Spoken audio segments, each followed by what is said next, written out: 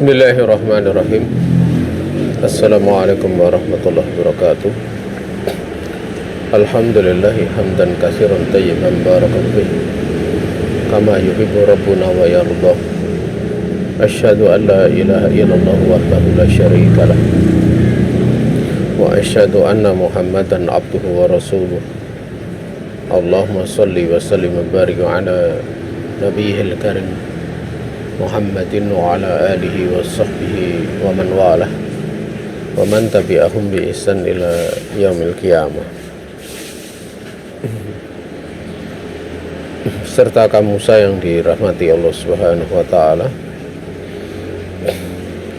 Di sore ini kita akan melanjutkan pembahasan masih pada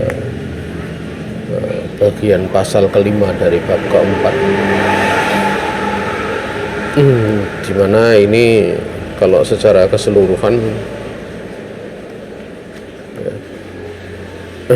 sudah masuk pada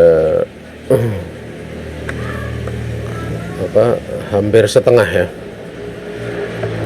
hampir setengah dari buku cetakan yang ada di tangan kalian ya.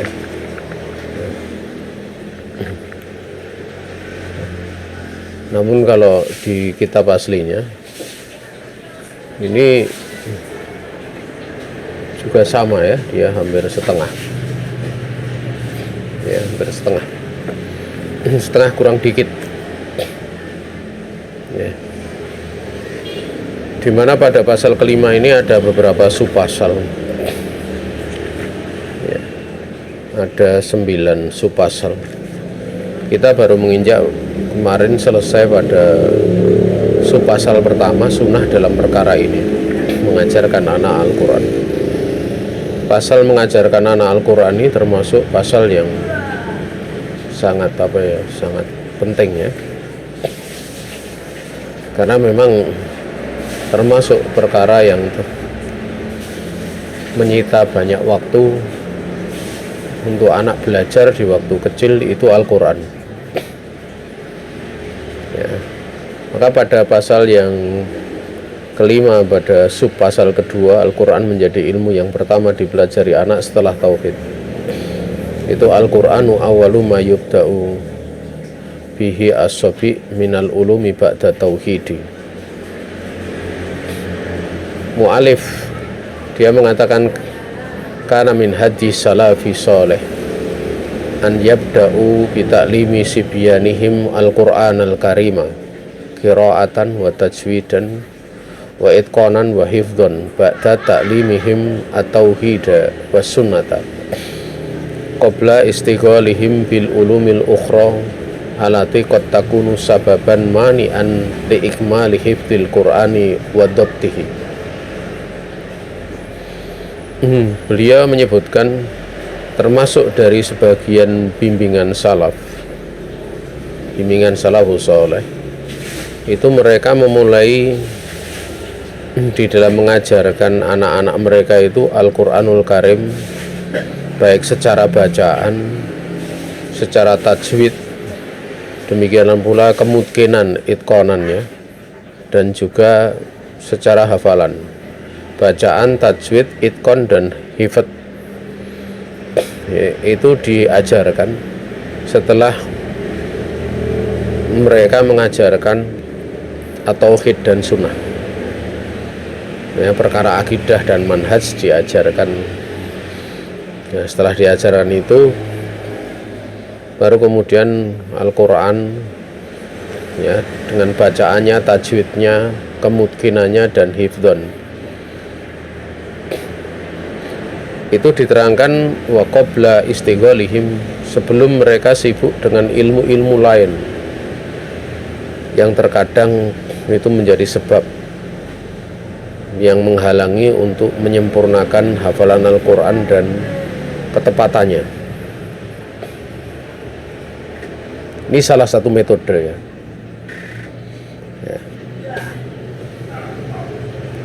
Makanya kalau orang-orang di Saudi itu kalau membantu bantu bikin ma'had atau bikin masjid, atau masjid di situ ada ma'had lembaganya, itu biasanya dianjurkan karena pondoknya itu masih yang nerima anak-anak, itu biasanya dianjurkan untuk pondok tahfidz Quran. Ya. Karena memang usia anak-anak itu ya sangat ditekankan adalah memang menghafal. Ya, tentunya mempelajari tauhid dan sunnah itu pada tingkatan anak ya, pada tingkatan-tingkatan tertentu saja.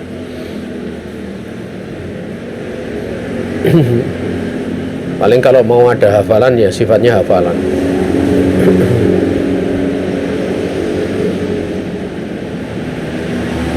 Nah, diajarkan yang dasar-dasar. Makanya kalau kita baca ya di kutub para ulama ya tentang pendidikan anak, atau di kurikulum Saudi, kurikulum Madinah misalnya, itu ndak ada diajarkan untuk anak-anak itu kasfu asyubahat, itu kan akidah. Tapi yang diajarkan mesti penekanan seperti al-usulu salasah, ya, qawaidul arba, ya, sebagai dasar di dalam pembahasan seputar masalah akidah ataupun keyakinan, tauhid. Juga dalam sunnah itu kan diajarkan di dalam usul salasah ini. Untuk mengikuti Nabi alaihi salatu wassalam. Tentunya di masa anak-anak tidak diajarkan kitabus sunnah, ya, itu tidak akan diajarkan itu. Tapi memang yang dasar-dasar. Setelah diajarkan tauhid dan sunnah yang dasar itulah, kemudian disibukkan dengan membaca Al-Quran, belajar membaca Al-Quran, tajwidnya, itqan dan hifdzon secara hafalan. Tetapi persoalan ini kan bukan persoalan yang sederhana. Untuk mengajarkan bacaan dan tajwid ya pada tataran tertentu mungkin ada kemampuannya. Banyak di pondok-pondok pesantren bisa mengajarkan seperti ini, qiraatan wa tajwidan. Namun kalau itqanan ya ini butuh seorang ahli. Karena kalau itqan itu ya orang yang mengajarnya ya tentu dia mutqin gitu loh. Dan mutqin itu kan jumlahnya nggak sedikit ya. Mutqin itu jumlahnya nggak sedikit. Jumlahnya nggak banyak gitu. Orang yang mutqin itu jumlahnya nggak banyak. Di pondok yang menekankan itqan saja terkadang jumlahnya hanya beberapa biji saja. Apalagi pondok-pondok yang memang tidak ada penekanan itqan gitu. Ya, itu mungkin sebiji aja belum tentu ada, atau satu aja belum tentu ada. Ya. Ini hanya untuk hitungannya, kadang hanya sangat sedikit itu. Nah, ya, jadi itqanan wa hifdzon. Kalau hifdz, insya Allah tidak ada masalah. Asal di situ ada yang hafal Quran ya insya Allah bisa. Tapi mungkin ini butuh sendiri gitu. Makanya di lembaga-lembaga yang ada di Saudi itu, kalau orang mau mengambil hafalan itu kadang ada program tasmi gitu. Tasmi itu ya dia menghafal 30 juz gitu dengan seorang guru. Nanti kalau sudah lulus itu baru nanti mengambil sanad atau riwayat. Ya. Artinya itu perbaikan dari sisi apa? Nanti kalau sudah sanad riwayat itu perbaikan dari sisi tajwid itu sangat ditekankan. Ya, belum lagi nanti kalau mengambil itqan misalnya. kemungkinan ya. Belum lagi kalau nanti mengambil bacaan yang 7, bacaan yang 10 itu kan jadi ada tingkatan-tingkatan gitu. Ada tingkatan-tingkatan. Namun secara umum ya yang disebutkan di sini ya qiraatan wa tajwidan wa itqanan wa hifdzan. Ya. Di tempat kita yang masih sangat sedikit ya tadi ya, kalau hifdz sudah banyak ya. Tapi itqan, kebanyakan itqan itu ya mungkin itu hanya kalau ada pun yang dewasa-dewasa bisa. Walaupun ada yang anak-anak SMP kelas 2 atau SMP kelas 3, artinya kelas 8 atau kelas 9 kadang ada. Tapi itu sangat sedikit sekali. Ya. Makanya perlu ya kalau ada sebuah lembaga gitu, selain punya ya paling tidak punya guru yang kalau menekankan hafalan Quran ya punya guru yang hafid 30 juz. Hafal 30 juz hafidhah dia. Atau hafid ataupun hafidhah itu minimalnya. Ya. Kalau sekolahnya menekankan tentang kemungkinan ya mesti ada guru yang mungkin. Karena fakitu saya itu lam yukti. Orang yang tidak punya sesuatu itu tidak akan bisa memberi. Jadi kalau gurunya nggak mungkin kok membuka pondok untuk memungkinkan ya itu kurang pas namanya. Karena ketidakmampuan itu tidak akan menghasilkan kemampuan. Jadi kemampuan ya dihasilkan oleh orang yang punya kemampuan. Ya. Karena kadang orang yang punya kemampuan itu sampai bisa melihat ya. Ya. Bisa melihat kalau dia sudah sampai tataran ini nanti akan seperti ini, nanti akan seperti ini, itu dia bisa memplanning gitu, apa istilahnya memplanning program itu bisa kalau orang punya kemampuan itu. Ya. Karena dia sudah pernah melewati proses-proses seperti itu, sehingga nanti kalau muridnya belajar ya dia akan bisa mencapai seperti yang dia capai gitu loh. Ya. Beda kalau orang belum punya kemampuan dia masuk di situ ya cuma segitu-segitu ya.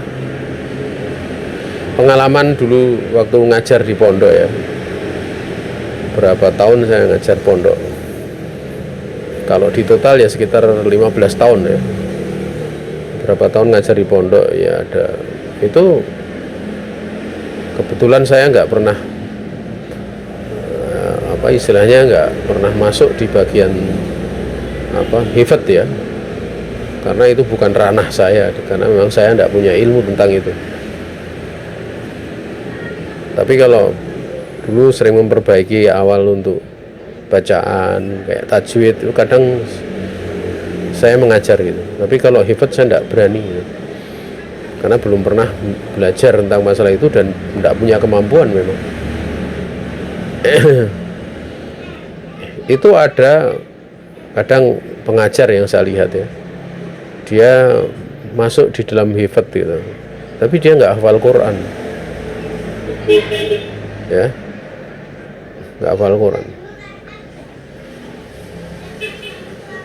Itu satupun muridnya tidak ada yang hafal Quran.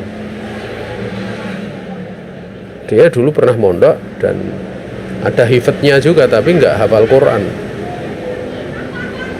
ya. Yang buka pondok kemudian ada anak-anak belajar hifdz ya, sampai sekarang dari muridnya itu tidak ada yang hafal Quran. Pernah maksimal itu dari muridnya itu 15 juz. Itu pun tidak tahu sekarang keadaannya gimana murid itu. Ada yang di atas 10 juz pernah dia mondok di tempat lain karena sudah agak dewasa dijadikan imam masjid di sana, imam pondok. Itu pun juga nggak kelar bacaannya, nggak kelar. Ya karena memang tidak ada yang ahli dalam masalah itu. Ya, maka berikanlah, kalau seorang belajar itu berikan kepada ahlinya. Berikan kepada ahlinya. Ini saya akan berhasil. Akan berhasil. Wallahu ta'ala alam. Jadi sebelum sibuk dengan ilmu-ilmu lain ya itu dilakukan. Yang kadang ilmu lain itu terkadang bisa menjadi sebab penghalang untuk menyempurnakan hafalan Al-Quran dan ketepatannya, dobetnya.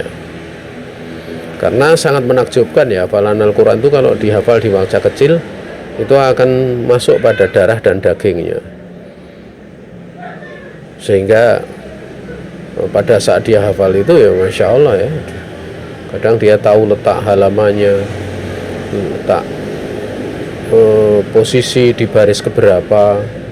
Jadi seolah-olah dia membaca itu mushaf Quran ada di depannya gitu, karena setiap hari dia memang menghafal gitu. Yang ada pada resum kalian itu diterangkan ya, qala Ibnu Abdul Bar rahimahullahu taala fi jami'i bayanil ilmi wa fadlih. Tolabul ilmi darajatun wa manakilu wa rutabun la yambagi ta'addiha wa man ta'addaha jumlatan faqad ta'adda sabilas salafi rahimahumullah wa man ta'adda sabilahum amidan dolla wa man ta'addahu mustahidan zalla fa awalul ilmi hifdhu kitabullahi azza wa jal wa tafahumuhu wa kullu ma yu'inu ala fahmihi fawajibu talabihi ma'ah wala aqulu anna hifdhuhu kullahu fardun walakin aqulu inna dhalika syartun liazimun ala man ahabba an yakuna aliman faqihan nasiban nafsahu lil ilmi laisa min babil fard. Berkata Ibnu Abdul Bar rahimahullah ta'ala, mencari ilmu itu ada tingkatan-tingkatannya, ada derajat-derajatnya, ada jalan yang menaik ya, terjal,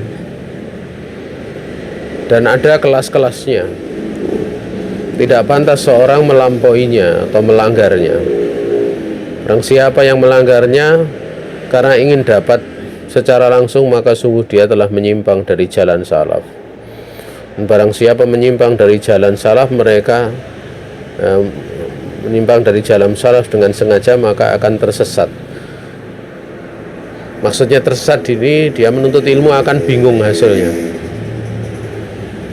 Ya, karena bagaimana orang belajar Quran kemudian sesat itu kan, tapi dia akan bingung kalau nggak melalui urutannya.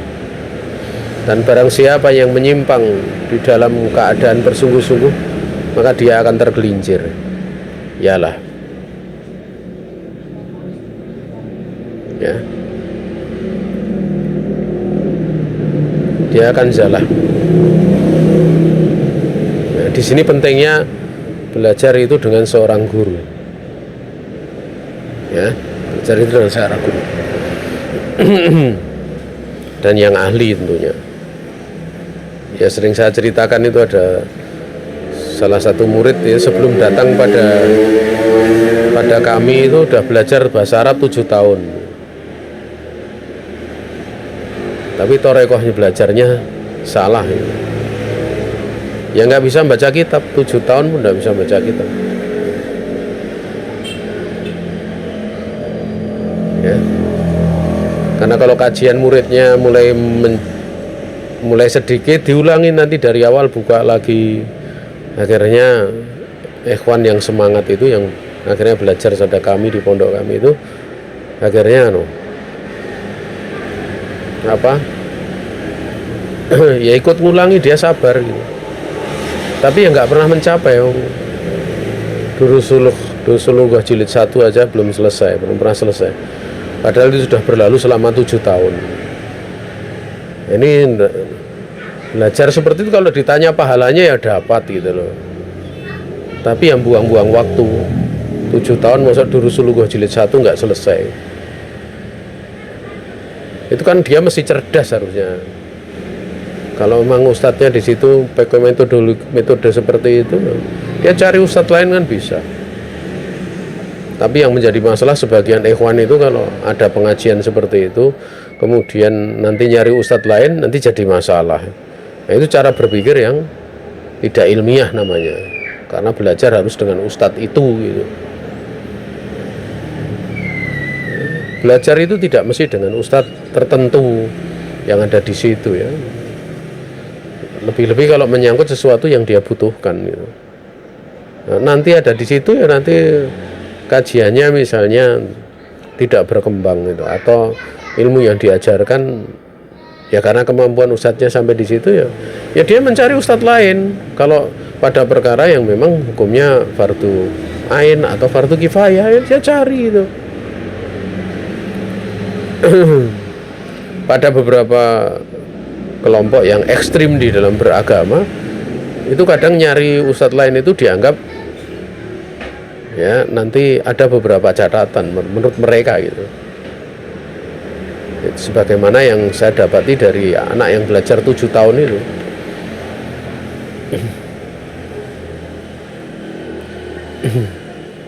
Naam.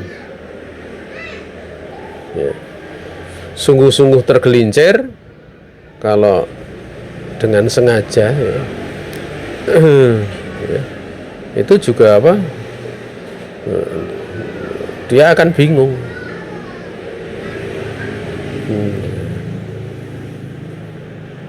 Maka ilmu yang pertama dipelajari adalah menghafal kitabullah dan berusaha memahaminya. Demikian pula setiap ilmu yang membantu untuk memahami Al-Quran, maka wajib untuk dipelajari bersamanya. Seperti tajwid itu berkaitan dengan tahsin itu wajib untuk dipelajari ya. Kemarin sempat datang penanya ya, bagaimana kalau membaca iyyaka na'budu wa iyyaka nasta'in, ya-nya enggak ditasdid gitu. Itu ada, saya nggak tahu siapa ya, Jabri itu tanya ke situ. Nah ini juga penting ya. Namun memang ada bacaan yang membaca apa pakai ya-nya nggak tasdid itu. Ya karena butuh, ya karena nasta'in, karena dua alasan. Pertama, huruf hamzahnya kan di kasroh, sehingga manakala di tasdid yaitu ya-nya itu akan berat, sehingga ditakhfif saja untuk meringankan. Itu ada bacaan seperti itu. Tapi bacaan itu bacaan yang yukrah indal ulama, dibenci di para ulama ahli qiraah. Karena kalau dibaca menjadi tanpa tasdid itu mempunyai arti ad-dha wa syam, yaitu cahaya, terangnya cahaya, atau bisa pula maknanya syam, matahari. Sehingga kalau membaca seperti itu maknanya ya, matahari kami beribadah kepadanya. Matahari atau apa, terangnya matahari kami beribadah kepadanya. Berarti itu masuk lahan yang jali, bukan khafi. Makanya jumhur ahli qiraah itu memandang itu termasuk lahan jali, walaupun ada sebagian yang berpandangan tidak ditasdid. Nah, itu butuh ya, itu nanti dipelajari ya, atau mungkin dalam bentuk praktek gitu.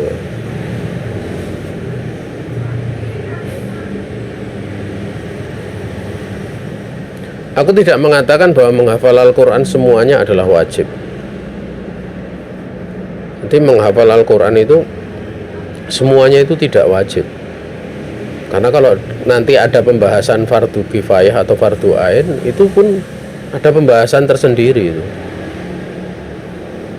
Namun aku katakan bahwa hafal seluruh Al-Quran merupakan syarat ya,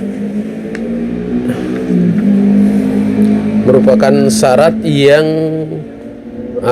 sifatnya melazimi, syarat yang mengharuskan, ya, orang yang ingin menjadi alim, faqih, dan orang yang mengaitkan dirinya dengan ilmu. Jadi kalau orang mau masuki dunia penuntut ilmu, ya dia seperti itu. Dia mesti hafal menjadi syarat kelaziman. Ya.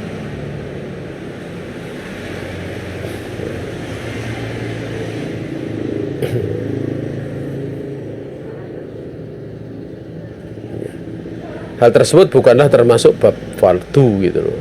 Tapi kalau ingin faqih, ingin alim, ya syaratnya seperti itu. Kalau enggak, ya nanti ya kalau dia bahas, ya harus buka ayatnya, kemudian penafsirannya dan yang lain sebagainya gitu. Dia mesti murojaah. Ya.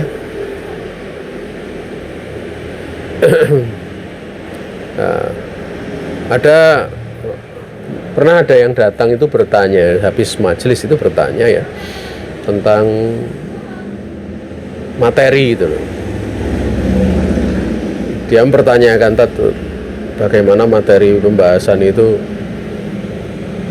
dengan kitab dan tanpa kitab bagaimana. Karena sebagian ada yang berpandangan nanti ngambil kitab sana, kemudian jadi sebuah pembahasan. Ya.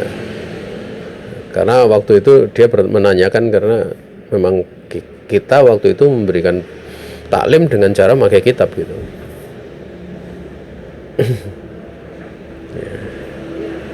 Ya, alasannya dia menceritakan ada yang pakai metode seperti itu.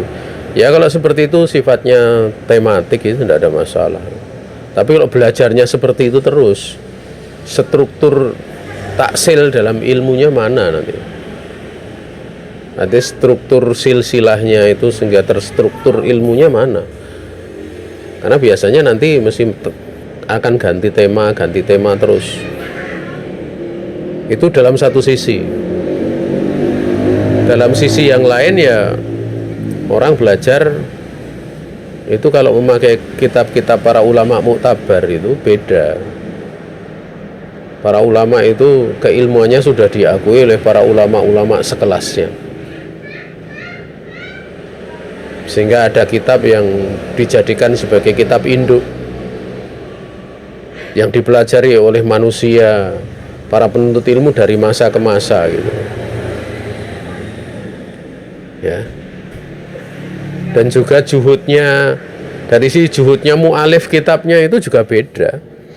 Kalau orang dia nyimpulkan sendiri, ngambil dari kitab ini, kitab itu, ya terhentinya kepada orang yang nyimpulkan itu. Tapi misalnya kita membahas kitab ya, tulisan karya Imam Nawawi gitu. Kita urut membahasnya sebagaimana beliau menulis kitab itu, dan juga penjelasannya itu dari penjelasan orang-orang yang punya kapabilitas untuk menjelaskan kitab itu. Dan kita pelajari penjelasannya, ya jelas dari sisi sisi keilmuan beda gitu. Dari sisi barokah juga para ulama itu mereka menulis kitab itu dengan dengan mujahadah yang luar biasa. Tidak sekedar kecerdasan, kepandaian, tetapi juga mereka ini di dalam beramal soleh gitu. Yang mengiringi penulisan kitab ini kadang banyak orang tidak paham gitu. Banyak orang tidak paham. Nah, kadang lebih suka mengambil kitab-kitab orang belakangan. Ya kitab orang belakangan juga ada yang Masya Allah ya, yang luar biasa. Tapi itu kan luar biasanya itu dipersaksikan oleh para ulama di masanya, seperti karya-karya Syekh bin Baz, karya Syekh Albani, karya Syekh Utsaimin itu Masya Allah ya, maskuran ya, luar biasa, isi keterkandungan di dalamnya itu luar biasa. Nah, jadi seperti itu.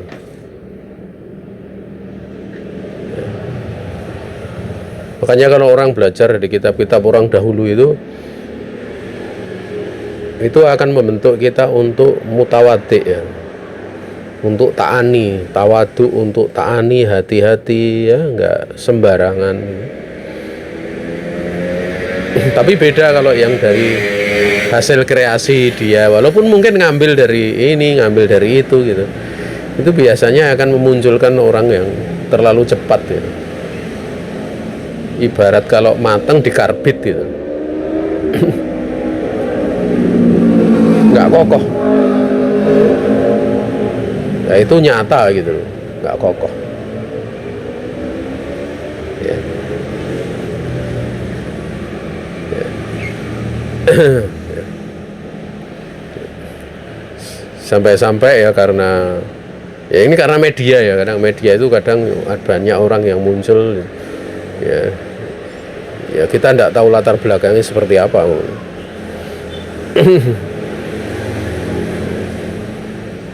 Karena media sosial itu dengan copy paste cepat sekali gitu.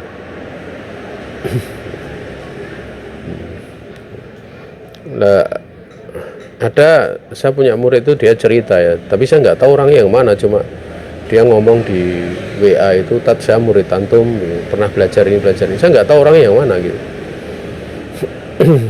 Dia cerita mau menikah ya, tapi karena mungkin di lain kota atau di mana menikah. Saya udah umur sekian, saya hafalan Al-Quran saya sekian juz, waktu 10 juz saudara.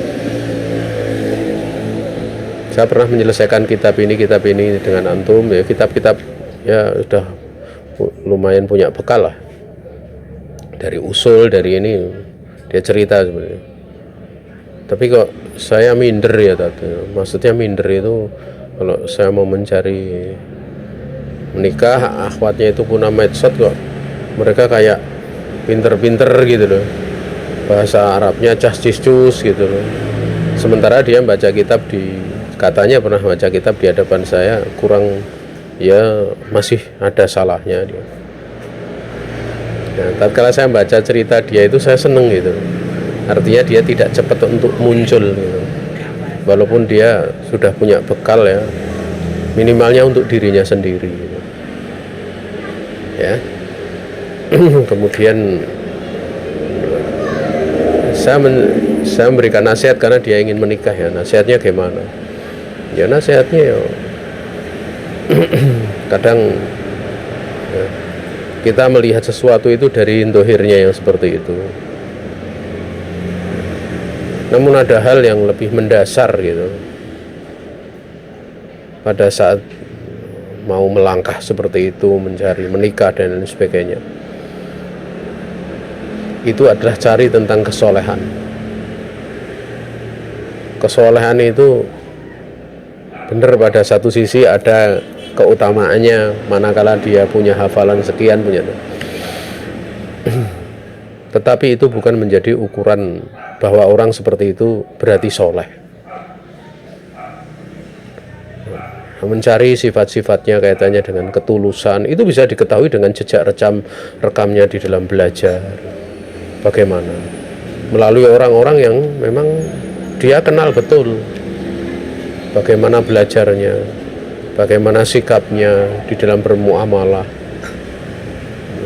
di dalam bergaul ya.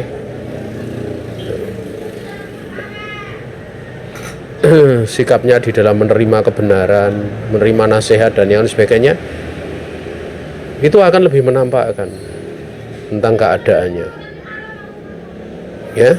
Adapun penilaian-penilaian seperti itu ya penilaian yang bisa, tapi bukan menjadi penilaian pokok.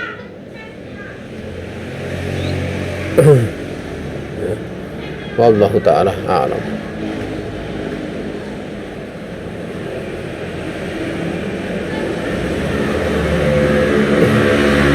Ini nasihat dari balik lagi kepada Ibnu Abdul Bar ya.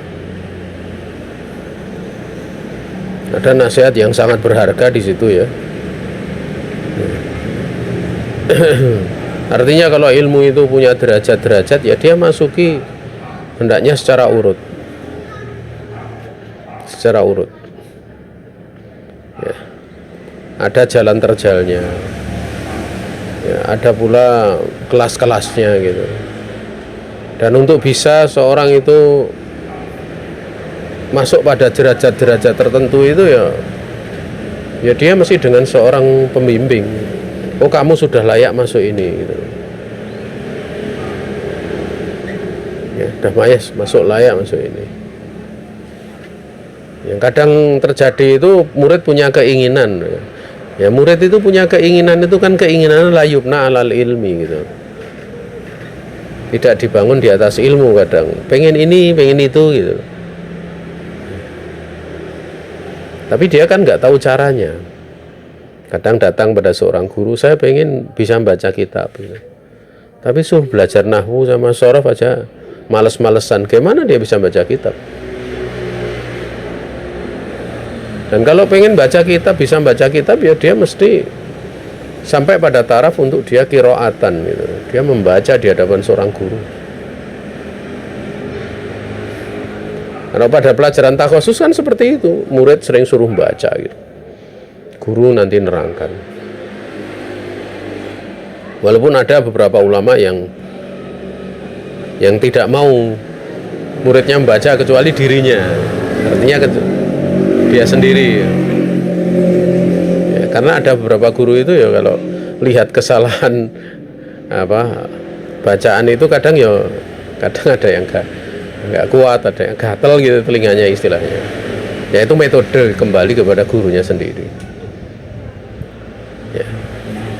Perlu untuk dia baca seperti itu sehingga ketahuan ini titik salahnya, ini titik salahnya ya.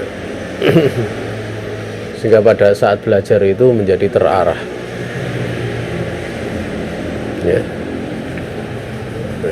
Berapa pengalaman yang kita dapati kalau seorang dia baca kitab di hadapan kami ya, itu sudah selesai pelajaran ini nahwu sudah ini. Tapi kadang kesalahannya itu cukup fatal gitu.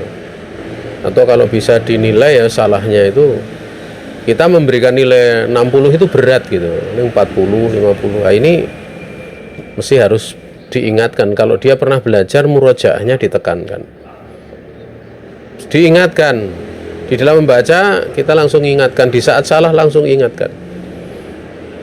Kan tidak mungkin kena huruf jer itu dibaca marfu misalnya.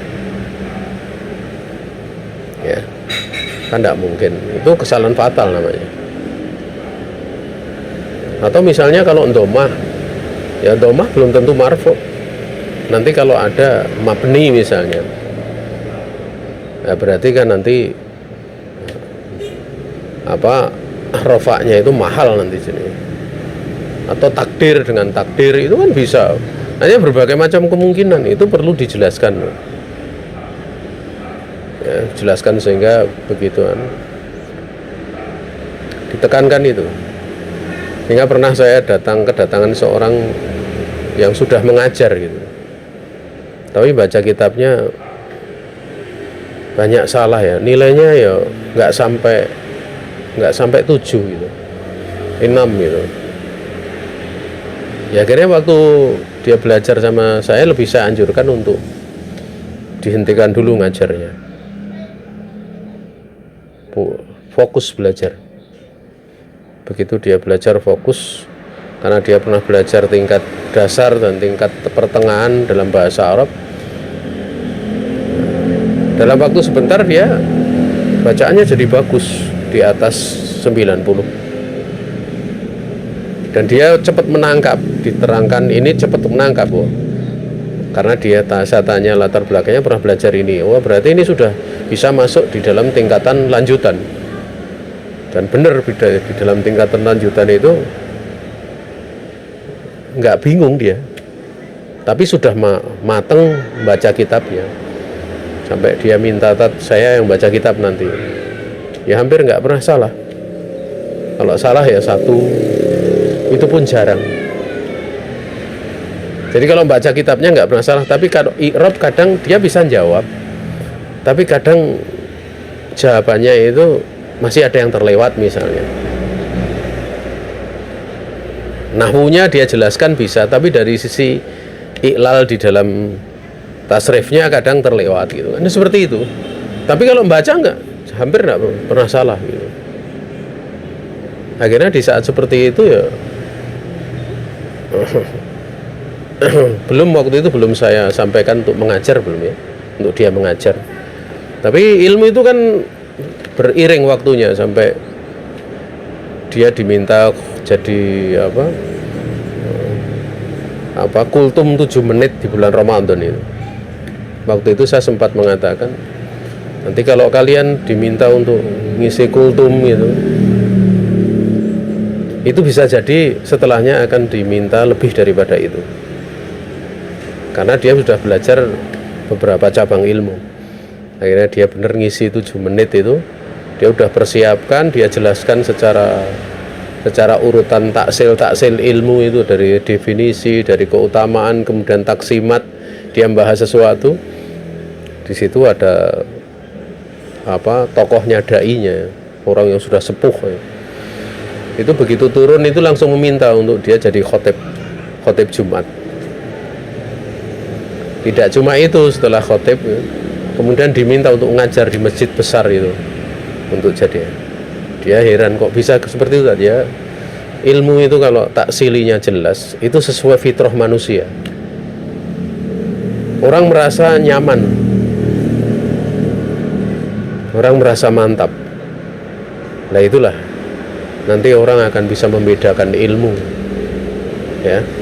Hanya memang ada tingkatan-tingkatannya ya, tingkatan-tingkatannya. Wallahu ta'ala alam. Sehingga yang disebutkan dari Ibnu Abdil Bar ini ya, ini adalah sebuah nasihat agung ya. Dan pertemuan kali ini saya cukupkan di ini saja, karena kan ini luar biasa ya kalau kita perhatikan dan kita fokus ya di situ, insya Allah ya. Kita tidak salah jalan untuk mendidik. Ini saja yang bisa disampaikan ya, karena waktu tidak mencukupi. Besok kita lanjutkan pada mungkin masih pada bagian kedua ini, atau sub pasal kedua ini, karena ini kalau di sini banyak ya, halamannya banyak sekali. Ada mungkin sekitar 8 halaman. Nanti saya pilihkan yang tepat-tepat saja kaitannya di dalam permasalahan ini.